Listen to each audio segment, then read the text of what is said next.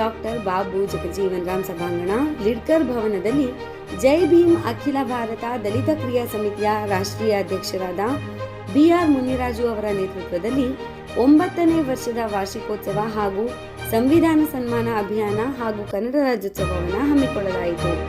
ಈ ಕಾರ್ಯಕ್ರಮದಲ್ಲಿ ರಾಜ್ಯಾಧ್ಯಕ್ಷರಾದ Siddappa, doctor B R Ambedkar ಜನಪದ ರಕ್ಷಣಾ ವೇದಿಕೆಯ ರಾಜ್ಯಾಧ್ಯಕ್ಷರಾದ ಬಾಲಕೃಷ್ಣ ನಾಯಕ್, ಭೀಮಾಶಂಕರ್, ಎಂ ಲಕ್ಷ್ಮೀನಾರಾಯಣ, ಅನಿಲ್ ಕುಮಾರ್, ಸಿದ್ದರಾಜು, ಕ್ರಾಂತಿರಾಜು ನನ್ನ ಕದ್ದಾದ್ರೆ ಇನ್ನೊಬ್ರು ಕದ್ಕೊಂಡು ಬರ್ತಾ ಇರ್ತಾರೆ, ಮಾಡ್ಕೊಂಡು ಹೋಗ್ಲಿ. ಇವತ್ತು ನಮ್ಗಂತಿರೋದು ದಲಿತರಿಗೆ ಸಮಾಜ ಕಲ್ಯಾಣ ಇಲಾಖೆ ಒಂದು, ಇನ್ನೆಲ್ಲಾ ಇಲಾಖೆಗಳೆಲ್ಲ ಆದರ್ಶ ಇದೆ. ಅದ್ರ ಬಗ್ಗೆ ಯಾರನ್ನ ಪ್ರಚಾರ ಮಾಡ್ತಾರ, ಅದ್ರ ಬಗ್ಗೆ ಮಾಡ್ಬೇಕಂತೇಳಿ ಇವತ್ತು ನಮ್ಮ ಕನ್ನಡ ಪಕ್ಷಗಳ ಒಂದು ಹೋರಾಟಗಾರರನ್ನು ನಾವು ಕರೆಸಿದೀವಿ. ಯಾಕಂದ್ರೆ ಅವರು ಗೊತ್ತಾಗಬೇಕು, ಪಾಪ ಅವ್ರ ವಿಚಾರಗಳೇ ಗೊತ್ತಿರಲ್ಲ. ಏನ್ರಿ ನಮ್ಮ ಒಂದೇ ಒಂದು ಇಲಾಖೆ ನಮ್ಮ ವಿಚಾರಗಳೇ ಗೊತ್ತಿಲ್ಲ. ನೀವೆಲ್ಲ ಬರ್ತಾ ಇರಿ ಸರ್, ಯಾವ ಇಲಾಖೆಯಲ್ಲಿ ಇಲ್ಲಿ ಯಾರ್ಯಾರು ನೋಡ್ಕೊಂಡು ಹೋಗ್ತಾರೋ ಹೇಳ್ತಾ ಇರ್ತೀವಿ, ಅದನ್ನೆಲ್ಲ ನೋಡ್ಕೊಂಡು ಹೋಗ್ತಾ ಇರ್ರಿ. ಇವೆಲ್ಲ ವ್ಯವಸ್ಥಿತವಾಗಬೇಕು. ಇವತ್ತು ನಮ್ಮ ಸ್ಲಂ ಬೋರ್ಡ್ ಅಲ್ಲಿ ಆಗಂತ ಅನ್ಯಾಯಗಳು, BBMP ಆಗ್ತಾರೆ ಅನ್ಯಾಯಗಳು, ಜಿಲ್ಲಾ ಪಂಚಾಯತಿ, ತಾಲೂಕ್ ಪಂಚಾಯತಿ, ಗ್ರಾಮ ಪಂಚಾಯತಿ ಎಷ್ಟೆಷ್ಟು ಲೂಟಿ ನೋಡಿತಾವ ಒಂದು ಅಧಿಕಾರಿಗಳು. ಅದ್ರ ಬಗ್ಗೆ ಒಂದು ಹೋರಾಟ ಹಾಕಬೇಕು. ಯಾಕಂದ್ರೆ ನಮ್ಮ ಕಣ್ಣಿಗೆ ಕಾಣಿಸಲ್ಲ ಅದು. ನಮ್ಮ ಸಿದ್ದರಾಮಯ್ಯ ನಾವೆಲ್ಲ ಹೋರಾಟ ಮಾಡ್ಕೊಂಡು ಇಲ್ಲಿರ್ತೀವಿ. ಇನ್ನು ದೊಡ್ಡ ದೊಡ್ಡ ತಿಮ್ಮಿಗಳೆಲ್ಲ ಇರ್ತವೆ. ಆ ತಿಮ್ಮಿಗಳು ಹೊಡೆಯಂತವನ್ನ ಹಿಡಿದು ಕಂಟ್ರೋಲ್ ಮಾಡಿ ಆ ದುಡ್ಡನ್ನ ಸಾರ್ವಜನಿಕವಾಗಿ ನಮ್ಮ ಸಾಹೇಬ್ರು ಹೇಳ್ದಂಗೆ ನೋಡಿ ಏನ್ರಿ ಇದು ಅಂಗಿಗಳಲ್ಲಿ ಹೇಳ್ಕೊಂಡು ಹೋಗ್ತಾರೆ, ಕೋಟಿ ಅಂತ ಅಂತೇಳಿ. ಆ ದುಡ್ಡೆಲ್ಲ ಇಲ್ಲ, ಆ ದುಡ್ಡೆಲ್ಲ ಇದ್ರೆ ಇಷ್ಟ ದಿನ ಬೇಕಾಯ್ತು. ಬಾಬಾ ಸಾಹೇಬ್ ಒಬ್ಬರು 10 ವರ್ಷ ಸಾಕು ನಮ್ಮ ರಿಸರ್ವೇಶನ್ ಅಂತ ಹೇಳಿದ್ರು. ಯಾಕೆ ಹೇಳಿ, ಇದೆಲ್ಲ ಅರ್ಜೆಂಟಾಗಿ ನಮ್ಮ ಕಲ್ಕತ್ತಾ ಇರ್ತಾರೆ. ಆದ್ರೆ ಇಷ್ಟು ವರ್ಷ ಆಯ್ತು, 76ನೇ ವರ್ಷಕ್ಕೆ ಬಿತ್ತು. ಎಷ್ಟು ನಮ್ಗೆ ಬೇಜಾರಾಗ್ತದೆ ಹೇಳಿ. ಇವತ್ತು ಆಳುವಂತ ಸರ್ಕಾರಗಳೇ ನಿಮ್ ನಾಚಿಕೆ ಮಾನ ಮರ್ಯಾದೆ ಏನಾಗಬೇಕಲ್ಲ. ಇವತ್ತು ನಿಮ್ಮವರೇ ಆಗ್ಲಿ, ನಿಮ್ಮವ್ರನ್ನ ಯಾಕೆ ನೀವು ಬೆಳೆಸ್ತಾ ಇಲ್ಲ? ನಮ್ಮವ್ರನ್ನ ಯಾಕೆ ನೀವು ಬೆಳೆಸ್ತಾ ಇಲ್ಲ? ನೀವು ಸೆಲೆಬ್ರೇಟ್ ಆಗಿ ನೀವು ಯಾರೋ ಒಬ್ರು ಗೆದ್ದಾದ್ಮೇಲೆ ನೀವೇ ಗೆದ್ಕೊಂಡು ಹೋಗ್ತಾ ಇರ್ಬೇಕು. ಇನ್ನೊಬ್ರು ಗೆಲ್ಸಕ್ಕೆ ಅವಕಾಶ ಮಾಡ್ಕೊಳ್ಳಿ. ಇವತ್ತು ಏನ್ ನನ್ನ ಸಂಘಟನೆಯಲ್ಲಿ ನಾವು ಇದು ಮಾಡ್ತಾ ಇದ್ರೆ, ಇವತ್ತು ಒಬ್ಬರನ್ನೇ ರಾಜ್ಯಾಧ್ಯಕ್ಷ, ಇವತ್ತು ನನ್ನ ಸಂಘಟನೆ ಬಂದಲ್ಲಿ 5 ಜನ ರಾಜ್ಯಾಧ್ಯಕ್ಷರನ್ನ ಆಯ್ಕೆ ಮಾಡಿದ್ದೆ. ಯಾಕೆ ಗೊತ್ತಾ? ನಾನು ಬೆಳೆದು ಇನ್ನೊಬ್ಬರನ್ನ ಬೆಳೆಸ್ಬೇಕಂತ. ಇವತ್ತು ವಿಶ್ವ ಮಾದಿಗರ ದಿನಾಚರಣೆ ಮಾಡ್ತಾ ಇದ್ವಿ, ವರ್ಲ್ಡ್ ಮಾದಿಗಡೆ ಮಾಡ್ತಾ ಇದ್ವಿ. ಇಡೀ ಯಾರ ಹತ್ರ ಏನನ್ನ ಬೇರೆಡಕ್ಕೆ ಹೋಗ್ತೀವ, ಕೈಯಲ್ಲಿ ಆಗಿದೆ ಅದು ಮಾಡ್ಕೊಂಡು ಅದನ್ನ ನಾವೆಲ್ಲಿಂದ ಎಲ್ಲ ಹೋಗ್ತೀವಿ. ಲಾಸ್ಟ್ ಟೈಮ್ ನಾವು ರಾಜಮಂಡ್ರಿಗೆ ಅಲ್ಲಿ ಹೋಗೋದು 4 ನಮ್ಮ ಸಿದ್ದರಾಜಣ್ಣ ಅವರು, ರಾಮೇಶ್ ನಾವೆಲ್ಲ ಜೊತೆಯಲ್ಲಿ ಕೈ ಜೋಡಿಸ್ಕೊಂಡು 1000 ಜನರು ಹೊರ ರಾಜ್ಯಗಳಿಗೆ ಹೋಗ್ಬಿಟ್ಟು ನಮ್ಮ ಸಮುದಾಯ ಬರ್ತಾ ಇದ್ವಿ. ಅದೇ ರೀತಿ ಚಲವಾದಿಗಳು ಅಷ್ಟೇ ಪ್ರತಿ ಎಲ್ಲೋ ಕಡೆ ಬೆಳೀತಾ ಇರ್ಬೇಕು. ನಾವು ಅವ್ರು ಬೆಳೀತಾರೆ, ನಾವು ಹೊಸವೇ ಪಡ್ಕೊಳಕ್ ಹೋಗ್ಬಾರ್ದು. ಇವತ್ತು ಒಳ ಮೀಸಲಾತಿ ನಾವು ಏನೇನು ಕೇಳ್ತಾ ಇದ್ವಿ, ನಮ್ಮ ಜನಸಂಖ್ಯೆ ಆಧಾರದ ನಾವು ರಿಸರ್ವೇಶನ್ ನಾವು ಕೊಡ್ರಪ್ಪ ಅಂತ ಕೇಳ್ತಾ ಇದ್ವಿ. ಅದು ಕೊಡಕ್ಕೆ ನೀವು ಕೊಟ್ಟೇವ್ರಿ, ಕೊಟ್ಬಿಟ್ರೆ ನಾವು ಓಟ್ ಹಾಕಲ್ಲ ಅಂತ. ಯಾರಿದ್ರು ಓಟ್ ಹಾಕ್ತಾರೆ, ಯಾರಿಲ್ಲಂದ್ರೂ ಓಟ್ ಹಾಕ್ತಾರೆ. ಓಟ್ ಹಾಕೋದು ಯಾರನ್ನ ತಪ್ಸಕ್ಕಾಗುತ್ತಾ? ಯಾರನ್ನ ಮಾಡಕ್ಕಾಗುತ್ತೆ ಹೇಳಿ ನೋಡೋಣ. ಈ ಒಂದು ವಿಚಾರಗಳನ್ನ ಎಲ್ಲರನ್ನು ಮೈಗೂಡಿಸ್ಕೊಂಡು ಮುಂದಿನ ದಿನಗಳಲ್ಲಿ ಒಳ್ಳೊಳ್ಳೆ ಕಾರ್ಯಕ್ರಮಗಳು ಕೊಟ್ಟು ಯಶಸ್ವಿಗೊಳಿಸಬೇಕು. ಆಮೇಲೆ ನಾನು ನಮ್ಮ ಭೀಮಾಶಂಕರ್ ಸಾಹೇಬ್ರ ಬಗ್ಗೆ ಹೇಳ್ಬೇಕಾದ್ರೆ, ನಿಜವಾಗೂ ಅವರು ರಿಟೈರ್ಡ್ ಆದ್ರೂ ಸಹ ಮನೇಲಿ ಕುತ್ಕೊಳಕ್ಕೆ ಇದಿಲ್ಲ. ಯಾಕೆ ಗೊತ್ತಾ? ನನ್ನಲ್ಲಿ ಇರೋದು ಇನ್ನೊಬ್ರು ಕೊಡ್ಬೇಕು, ಏನೋ ಒಂದು ನನ್ನ ಜನ ಆಗ್ಲಿ, ಉದ್ಧಾರ ಆಗ್ಲಿ, ಚೆನ್ನಾಗಿರ್ಲಿ ಅಂತೇಳಿ ಬಹಳ ಯಶಸ್ವಿಯಾಗಿ ನಾವು ಓಡಾಡ್ತಾರೆ. ಅವ್ರನ್ನ ಕಾಪಿ ಹೊಡೆದು ನಾನು ಕಲಿತಾ ಇದ್ವಿ. ಅಷ್ಟು ವಯಸ್ಸಾದವರೇ ಇಷ್ಟು ಓಡಾಡ್ತಾರೆ, ನಾನು ಯಾಕೆ ಓಡಾಡ್ಬೇಕು? ಜೈ ಭೀಮ್ ಅಖಿಲ ಭಾರತ ದಲಿತ ಕ್ರಿಯಾ ಸಮಿತಿಯಲ್ಲಿ ಅವ್ರನ್ನ ರಾಜ್ಯಾಧ್ಯಕ್ಷನಾಗಿ ಆಯ್ಕೆ ಮಾಡಿದ್ವಿ. ಯಾಕೆ ಮಾಡಿದ್ವಿ ಅಂದ್ರೆ,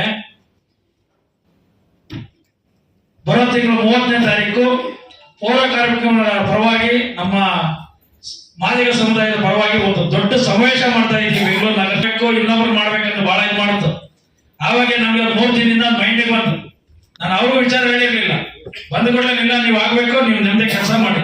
ಯಾಕಂದ್ರೆ ನೀವು ಸಭೆ ಕರ್ಮಚಾರಿಯಲ್ಲಿ ರಾಜ್ಯಾಧ್ಯಕ್ಷರಾಗಿದ್ದೀರಿ, ಸಂಘಟನೆಯಲ್ಲಿ ಒಳ್ಳೆ ವಿಚಾರಗಳಿದೆ, ಪೌರ ಕಾರ್ಯಕ್ರಮಗಳಲ್ಲಿ ನಿಮ್ಗೆ ಒಳ್ಳೊಳ್ಳೆ ವಿಧಾನಗಳಿದೆ, ಪ್ರತಿಯೊಂದು ಕೆಲಸ ಮಾಡಿ ಸ್ವಾಮಿ ಅಂತೇಳಿ ನಾವು ಕೇಳ್ಕೊಂಡಾಗ ಆಯ್ತು ಅಂತ ಒಪ್ಕೊಂಡ್ರೆ ಇವತ್ತು ಅವ್ರನ್ನ ರಾಜ್ಯಾಧ್ಯಕ್ಷನಾಗಿ ಆಯ್ಕೆ ಮಾಡಿದ್ವಿ. ಇನ್ನ ನಮ್ಮ ಬೆಂಗಳೂರು ನಗರ ಜಿಲ್ಲೆಯಲ್ಲಿ ನಮ್ಮ ಸಂಘಟನೆಯಲ್ಲಿ ಬೇರೆ ಬೇರೆ ಇದ್ರು, ನಾವು ಒಬ್ರಿಗೆ ಅವಕಾಶ ಕೊಟ್ಟರೆ ಇನ್ನೊಬ್ರನ್ನ ನಾವು ಬೆಳೆದು ಇನ್ನೊಬ್ರನ್ನ ಬೆಳೆಸ್ಬೇಕು. ನಮ್ದು ಆ ಕೆಲಸ. ಆ ಇದರಲ್ಲಿ ನಮ್ಮ ದಾಸರಳ್ಳಿ ಮುನರಾಜ್ ಅವ್ರನ್ನ ಬೆಂಗಳೂರು ನಗರ ಜಿಲ್ಲಾ ಅಧ್ಯಕ್ಷರಾಗಿ ಆಯ್ಕೆ ಮಾಡಿದ್ದೀವಿ. ಆಮೇಲೆ ಅದರ ಮುಂದೆ ನಮ್ಮ ಮಹಿಳಾ ವಿಚಾರದಲ್ಲಿ ಬಂದ್ಬಿಟ್ಟು ನಿರ್ಮಲಾ ಅಂತ BCom ಮಾಡಿದ್ದಾಳೆ ಮಗು, ಒಳ್ಳೆ NGO ನಡೆಸ್ತಾ ಇದ್ದಾಳೆ. ಆ ಮಗುನ ಬೆಂಗಳೂರು ನಗರ ಜಿಲ್ಲೆ ಒಂದು ಮಹಿಳಾ ಘಟಕದ BBMP ಒಬ್ಬರನ್ನ ಅಧ್ಯಕ್ಷನಾಗಿ ಆಯ್ಕೆ ಮಾಡಿದ್ದೀವಿ. ಇನ್ನು ನಮ್ಮ ಮ್ಯಾಕ್ಸಿಯನ್ ಬಂದವರು, ಅವ್ರನ್ನ ಬೆಂಗಳೂರು ನಗರ ಜಿಲ್ಲಾ ಜನರಲ್ ಸೆಕ್ರೆಟರಿಯಾಗಿ ಆಯ್ಕೆ ಮಾಡಿದ್ದೀವಿ. ಇನ್ನು ಬರೋ ತಿಂಗಳು 15ನೇ ತಾರೀಕು 120 ಜನಕ್ಕೆ ಇದೇ ಒಂದು ಇದರಲ್ಲಿ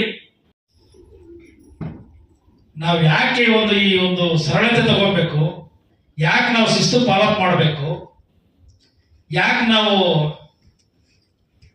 ಟೈಮನ್ನ ವೇಸ್ಟ್ ಮಾಡಬಾರ್ದು ಅನ್ನೋದಕ್ಕೆ ಇದೊಂದು ಶಿಸ್ತಿನ, ಇಲ್ಲಿ ಕೂತಿರ್ತಕ್ಕಂಥ ಎಲ್ಲ ನನ್ನ ಹಿರಿಯ ಹೋರಾಟಗಾರರು, ಅಧಿಕಾರಿಗಳು, ಒಳ್ಳೊಳ್ಳೆ ಸಾಹಿತಿಗಳು, ಈ ಒಂದು ವಿಚಾರನೆಲ್ಲ ನೀವು ತಿಳ್ಕೊಳಕ್ಕೆ ಏನ್ ಬಂದಿದ್ದೀರೋ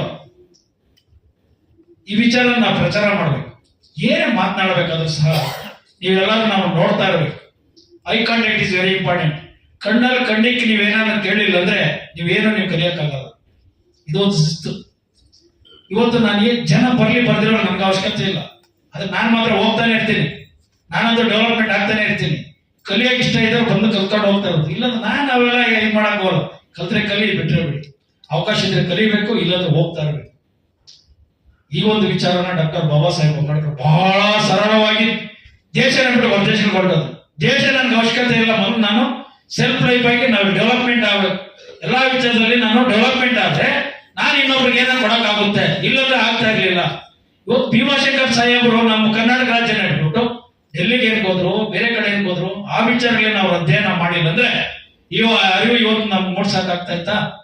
ಸಿದ್ದರಾಜಣ್ಣವರು ಇಷ್ಟು ಹೋರಾಟಗಳೆಲ್ಲ ಮಾಡಕ್ಕಾಗಿಲ್ಲ ಅಂದ್ರೆ ವಿಧಾನಸೌಧ ಮುಂದೆಗಡೆ ಜಗಜೀರಾಮ ಪುತ್ಥಳಿಯನ್ನು ನಿಲ್ಸಕ್ಕಾಗ್ತಾ ಇತ್ತಾ? ಇವತ್ತು ಕಾಂತಿರಾಜರವರು ಎಲ್ಲ ಹೋರಾಟ ಮಾಡಿ ಇದೆಲ್ಲ ಮಾಡ್ಲಿಲ್ಲ ಅಂದ್ರೆ ಇವತ್ತು ಒಂದು ಸ್ಲಮ್ ಬೋರ್ಡ್ ಅಲ್ಲಿ ಅವರು ಡೈರೆಕ್ಟರ್ ಆಗಿ ಆಗ್ತಾ ಇತ್ತಾ? ಇವತ್ತು ನಮ್ಮ ಸಾಯಿ ಕುಮಾರ್, ನಮ್ಮ ಸುಕುಮಾರ್ ಅವರು ಹೇಳ್ತಾ ಇದ್ರು ಏನಂತ, ಬಸವಲಿಂಗಪ್ಪನ ರನ್ನಿಂಗ್ ಅಂತ. ಬಸವಲಿಂಗಪ್ಪನ ತಗೊಂಬಂದ್ರೆ ಯಾರ ಸ್ವಾಮಿ? ವೈರಾಮಕೃಷ್ಣ ಅವರು. ಎಲ್ಲಂಕ ಕಾನ್ಶಿಯನ್ಸ್ ಇರ್ಲಿ, ಇಲ್ಲ ಇದ್ದ ಬಸವಲಿಂಗಪ್ಪನ ಕರ್ಕೊಂಬಂದು ಕಾನ್ಶಿಯನ್ಸ್ ಬಿಟ್ಟು ಅವ್ರು ಅಲ್ಲಿಂದ ಆನೆಕಲ್ಗೆ ಹೋಗ್ತಾರೆ. ವಿಚಾರಗಳ ಅಧ್ಯಯನ ಮಾಡ್ಬೇಕು. ವಿಚಾರಗಳ ಅಧ್ಯಯನ ಮಾಡಿ ನೀವೇನು ಕಲಿಯಕ್ಕಾಗಲ್ಲ. ಇವತ್ತು ಬಾಬಾ ಸಾಹೇಬ್ ಅಂಬೇಡ್ಕರ್ ಸಿದ್ಧಾಂತಗಳನ್ನ ಪ್ರತಿಯೊಬ್ಬರು ಅರಿಬೇಕು. ಇವತ್ತು ನಮ್ಮ ಸಿದ್ದಾಪುರ ಡಿಪಾರ್ಟ್ಮೆಂಟ್ ಆಗಿರ್ಬೇಕು, ನಮ್ಮ ನಾರಾಯಣ್ ಸರ್ ಮಾಧ್ಯಮದಲ್ಲಿ ಎಷ್ಟು ಇವತ್ತು ನಾನೊಂದು ಮಾಧ್ಯಮ ಬರ್ಬೇಕಾದ್ರೆ ಇವತ್ತು ನಮ್ಮೊಂದು ಒಳ್ಳೆ ಕಡೆ ನಮ್ಮ ಪೋಸ್ಟ್ ಕೊಟ್ಕೊಡು, ಪ್ರೊಸೀಜರ್ ಮಾಡ್ಕೊಡ್ರಿ. ಇವತ್ತು ನಮ್ದು ಒಂದು ಪತ್ರಿಕೆ ಇದೆ. ಎಲ್ಲಾ ವಿಚಾರಗಳನ್ನು ಅಧ್ಯಯನ ಮಾಡ್ಬೇಕಾದ್ರೆ ಒಬ್ರು ಹಿಂದೆಗಡೆ ನಮ್ಗೆ ಇರ್ಲೇಬೇಕು. ಹಿಂದೆ ಒಬ್ರೇನೋ ನಮ್ ಹಿಂದೆ ಇಲ್ಲ ಅಂದ್ರೆ ನಮ್ಮ ಮುಂದೆ ಗುರು ನಾವೇನು ಮಾಡಕ್ಕಾಗಲ್ಲ. ಆ ಒಂದು ವಿಚಾರಗಳಲ್ಲಿ ಸ್ವಲ್ಪ ಡೋರ್ ಹಾಕಿ. ಭಾರತ ದಲಿತ ಕ್ರಿಯಾ ಸಮಿತಿಯ 9ನೇ ವರ್ಷದ ವಾರ್ಷಿಕೋತ್ಸವನ್ನ ಇವತ್ತು ನಾವು ಹಮ್ಮಿಕೊಂಡಿದ್ದೀವಿ. ಜೊತೆಗೆ ಕನ್ನಡ ರಾಜ್ಯೋತ್ಸವ ಮತ್ತೆ ಸಂವಿಧಾನ ದಿನಾಚರಣೆ ಮತ್ತು ಮುಂದೆ ನಡೆಯುವಂತ ನಮ್ಮ ಹೋರಾಟದ ಹಿನ್ನೆಲೆ ಮತ್ತೆ ನಮ್ಮ 30ನೇ ತಾರೀಕು ಏನ್ ನಡೀತದ ನಮ್ಮ ಮಾದಿಗ ಸಮಾವೇಶ, ಬೃಹತ್ ಜನಸಂಖ್ಯೆಯೊಂದಿಗೆ ಮತ್ತೆ ನಮ್ಮ ಒಳ ಮೀಸಲಾತಿ ಜಾರಿ ಆಗಬೇಕು. ಈ ಒಂದು ಎಲ್ಲಾ ವಿಚಾರಗಳಲ್ಲಿ ಇವತ್ತಿನ ದಿನದನೇ ಪ್ರಾರಂಭ ಆಗ್ಲಿ, ಅರ್ಜೆಂಟ್ ಆಗಿ ನಮ್ಮ ನೊಂದಂತ ಜನರಿಗೆ ನ್ಯಾಯ ಸಿಕ್ಲಿ ಅಂತೇಳಿ ಇವತ್ತೊಂದು ಕಾರ್ಯಕ್ರಮ ಮತ್ತು ದಲಿತರಿಗೆ ಅರಿವು ಮೂಡಿಸೋ ಕಾರ್ಯಕ್ರಮ ಮತ್ತೆ ಎಲ್ಲಾ ರೀತಿಯಲ್ಲಿನೂ ಜನರಿಗೆ ಒಳ್ಳೆಯ ಸರ್ಕಾರಿ ಯೋಜನೆಗಳು ಕೈ ತಲುಪಲಿ ಅಂತೇಳಿ ಇವತ್ತು ಕಾರ್ಯಕ್ರಮ ಹಮ್ಮಿಕೊಂಡಿದ್ವಿ. ಇವತ್ತು ಒಳ್ಳೆ ಮಹತ್ವದ ದಿನ. ಈ ದಿನದಲ್ಲಿ ಮಾನ್ಯ ನಮ್ಮ ಕರ್ನಾಟಕ ರಾಜ್ಯದ ಮುಖ್ಯಮಂತ್ರಿಗಳಾದಂತ ಸಿದ್ದರಾಮಯ್ಯನವರು ಅರ್ಜೆಂಟ್ ಆಗಿ ಒಳ ಮೀಸಲಾತಿನ ಜಾರಿ ಮಾಡಿ ಇವತ್ತು ಏನು ನೀವು ಅಧ್ಯಕ್ಷರನ್ನ ಆಯ್ಕೆ ಮಾಡಿದ್ದೀರೋ ಅದು ಅವಶ್ಯಕತೆ ಇರ್ಲಿಲ್ಲ ನಮ್ಗಂತೂ. ಯಾಕಂದ್ರೆ ನೀವೇ ಡೈರೆಕ್ಟ್ ಆಗಿ ತಗೊಂಡು ನೀವು ವ್ಯವಸ್ಥಿತವಾಗಿ ನೀವು ಮಾಡ್ಬೋದಾಗಿತ್ತು. ನೀವು ಅದೇನಕ್ಕೆ ಇದು ಮಾಡಿದ್ರೆ ನಮ್ಗೆ ಗೊತ್ತಿಲ್ಲ. ನೀವನ್ನೇನೆ ಕೇಳಕ್ ಹೋದ್ರೆ ನಮ್ಗೆ ಬೇರೆ ನಮ್ಗೆ ಮಾಡಬೇಡಿ ಅಂತಾರೆ. ನೀವು ಒಬ್ರು ಒಳ್ಳೆ ಬುದ್ಧಿವಂತರಾಗಿ, ಒಳ್ಳೆ ವಿಚಾರಗಳಾಗಿ, ಒಳ್ಳೆ ಮೇಧಾವಿಗಳಾಗಿ ಎಲ್ಲ ನಿಮ್ ಕೈಯಲ್ಲಿದೆ, ನೀವು ಮಾಡ್ಬೋದಾಗಿತ್ತು. ಯಾಕೆ ನಮ್ಮ ದಲಿತರೇನು ನಿಮ್ಗೆ ಏನು ಓಟ್ಗಳು ಹಾಕಿಲ್ಲ, ನಿಮ್ಗೆ ಗೆಲ್ಸ್ಲಿಲ್ಲ, ನಿಮ್ಗೆ ಏನ್ ಇದು ಮಾಡ್ಲಿಲ್ಲ, ಎಲ್ಲ ಮಾಡೋರಲ್ಲ. ಅಧಿಕಾರ ಅವಕಾಶ ಇದ್ದಾಗೆ ನೀವೇನ್ ಬೇಕಾ ಮಾಡಿ, ಬೇಡ ಅಂತ ನಾವ್ ಹೇಳಿ. ನಾವು ಆ ಒಂದು ವಿಚಾರಗಳಲ್ಲಿ ನಮ್ಗೆ ಬಹಳ ನೋವಾಗ್ತದೆ. ದಯವಿಟ್ಟು ಈ ವಿಚಾರನ ವ್ಯವಸ್ಥೆಗೆ ತಗೊಂಡು ಇದು ಮಾಡ್ಬೇಕು. ಆಮೇಲೆ ಮುಂದೆ ನಮ್ ನಡೆಯುವಂತ ಕಾರ್ಯಕ್ರಮಗಳಿಗೆ ಬಹಳ ಯಶಸ್ವಿಯಾಗಿ ಸಹಕರಿಸಬೇಕು. ಈಗೇನ್ ನಾವೇನು ಕಳ್ತನ ಮಾಡಕ್ಕಾಗ್ಲಿ ಬೇರೆದಕ್ಕಾಗ್ಲಿ ಹೋಗ್ತಾ ಇಲ್ಲ ಸ್ವಾಮಿ. ನಮ್ಮ ಕಾನೂನು ನಾವು ಕೇಳ್ತಾ ಇದೀವಿ. ಇವತ್ತು ನಮ್ಮ ಸಿದ್ದರಾಜಣ್ಣವರು ಮತ್ತೆ ಭೀಮಾಶಂಕರ್ ಅವರು ಮತ್ತೆ ನೂತನವಾಗಿ ಅಧ್ಯಕ್ಷರಾದಂತ ನಮ್ಮ ಶ್ರೀರಾಮಣ್ಣವರು ಮತ್ತೆ ನಮ್ಮ ಕಾಂತಿರಾಜಣ್ಣವರು, ನಮ್ಮ ಪತ್ರಿಕೆ ಸಹೋದರರಾದಂತ ನಾರಾಯಣ್ ಸರ್ ಮತ್ತೆ ಪ್ರತಿಯೊಬ್ಬರು ಈ ಒಂದು ನಮ್ಮ ಕಾರ್ಯಕ್ರಮಕ್ಕೆ ಬಹಳ ಯಶಸ್ವಿಯಾಗಿ ಎಲ್ಲ ಸಹಕರಿಸಿದ್ದಾರೆ. ಈ ಕಾರ್ಯಕ್ರಮ ಬಹಳ ಯಶಸ್ವಿ ಆಗಿದೆ. ಜನ ಅಂಬೇಡ್ಕರ್ ಭವನ್ಗೆ ಹೋಗಿದ್ದಾರೆ, ಇಲ್ಲೂ ಬಂದಿದ್ದಾರೆ, 2 ಕಡೆನೂ ಓಡಾಡ್ಕೊಂಡ್ ಬಂದಿದ್ದಾರೆ. ಇವತ್ತು ಜನಾಭಿಪ್ರಾಯನ ತಿಳ್ಕೊಂಡು ಎಲ್ಲ ಯಶಸ್ವಿಯಾಗಿ ಮಾಡ್ಕೊಂಡು ಹೋಗ್ತಾ ಇದೀವಿ. ಬಾಬಾ ಸಾಹೇಬ್ ಅಂಬೇಡ್ಕರ್ ಸಂವಿಧಾನ ಇರೋವರೆಗೂ ಸಂವಿಧಾನ ವಿರುದ್ಧವಾಗಿ ನಾವು ಯಾವುದೇ ಕಾರಣಕ್ಕೆ ನಡೆಯಕ್ಕೆ ಹೋಗಲ್ಲ. ಜೈ ಭೀಮ್ ಅಖಿಲ ಭಾರತ ದಲಿತ ಕ್ರಿಯಾ ಸಮಿತಿ ಇದು ಮುಂದಿನ ದಿನಗಳಲ್ಲಿ ಒಳ್ಳೆ ಪ್ರಬಲವಾದಂಗೆ ಸಂಘಟನೆ ಆಗಿ 2028ಕ್ಕೆ ಒಳ್ಳೆ ಕರ್ನಾಟಕ ರಾಜ್ಯದಲ್ಲಿ ಒಂದು ರಾಜಕೀಯ ಪಾರ್ಟಿಯಾಗಿ ಹುಟ್ಟಾಕ್ಬೇಕನ್ನೋದು ನನ್ನ ಒಂದು ಕನಸಿದೆ. ಅದನ್ನು ಮಾಡ್ತೀವಿ ಅಂತ ಹೇಳ್ತಾ ಇವತ್ತಿನ ದಿನದಲ್ಲಿ ನಾನು ವ್ಯವಸ್ಥಿತವಾಗಿ ಎಲ್ಲಾ ಒಂದು ಸಂಘ ಸಂಸ್ಥೆಗಳನ್ನ ಸೇರ್ಕೊಂಡು ನಾವು ಒಂದು ಅಂಗ ಸಂಸ್ಥೆಗಳ ಒಂದು ರಾಜಕಾರಣಿಗಳ ಒಂದು ಮುಖಾಂತರ ಮಾಡ್ಬೇಕಂತ ಹೇಳಿ ಹೇಳ್ತೀವಿ. ಇದೇ ರೀತಿಯಲ್ಲಿ ಇನ್ನೇನು ಹೇಳಿದ್ದಾರೆ.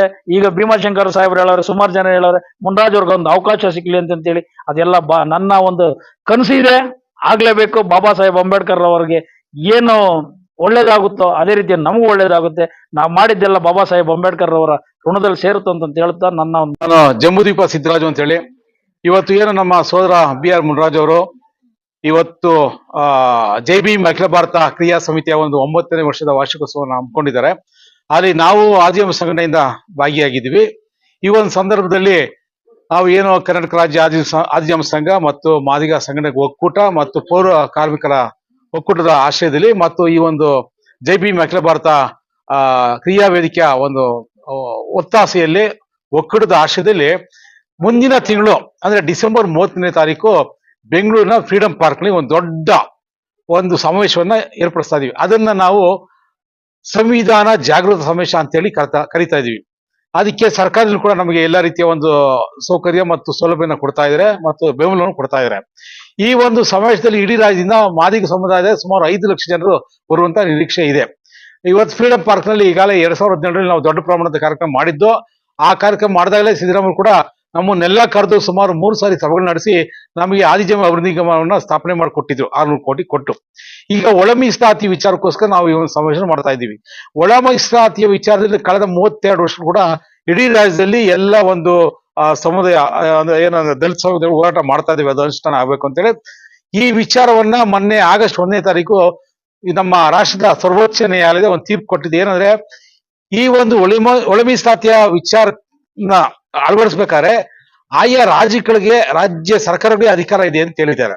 ಸೊ ಹಂಗಾಗಿ ಇವತ್ತು ಕರ್ನಾಟಕ ಸರ್ಕಾರನೇ ಅದನ್ನ ಅನುಷ್ಠಾನ ಮಾಡ್ಬೇಕಾಗಿತ್ತು.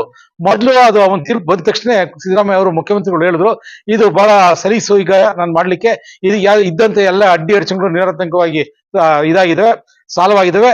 ಸೊ ನಾನು ಮಾಡ್ತೀನಿ ಅಂತಿದ್ರು. ಆದ್ರೆ ಆ ಒಳಗಡೆ ಇನ್ಯಾವುದೋ ರೀತಿಯ ಒಂದು ರಾಜಕೀಯ ನಡೀತಾ ಇದ್ದಾವೆ. ಸೊ ಅದಕ್ಕಾಗಿ ಅವರೇನೋ ಒಂದು ಆಯೋಗವನ್ನು ರಚನೆ ಮಾಡಿದರೆ ಆಯೋಗದ ಅವಶ್ಯಕತೆ ಇರಲಿಲ್ಲ. ಈಗ ಏನು ನ್ಯಾಯಮೂರ್ತಿ ನಾಗಮೋಹನ್ ದಾಸ್ ಅವ್ರನ್ನ ಒಂದು ಆಯೋಗದ ಅಧ್ಯಕ್ಷ ಮಾಡಿ ಅವ್ರಿಗೆ 2 ತಿಂಗಳು ಟೈಮ್ ಕೊಟ್ಟಿದ್ದಾರೆ. ಮೊದಲು 3 ತಿಂಗಳು ಅಂತ ಹೇಳ್ತಿದ್ರು. ನಾವೆಲ್ಲ ಗಲಾಟೆ ಮಾಡಿ ಬೇಡ ಅಂತ ಹೇಳಿದ್ಮೇಲೆ 2 ತಿಂಗಳು ಅವಕಾಶ ಕೊಟ್ಟಿದ್ದಾರೆ.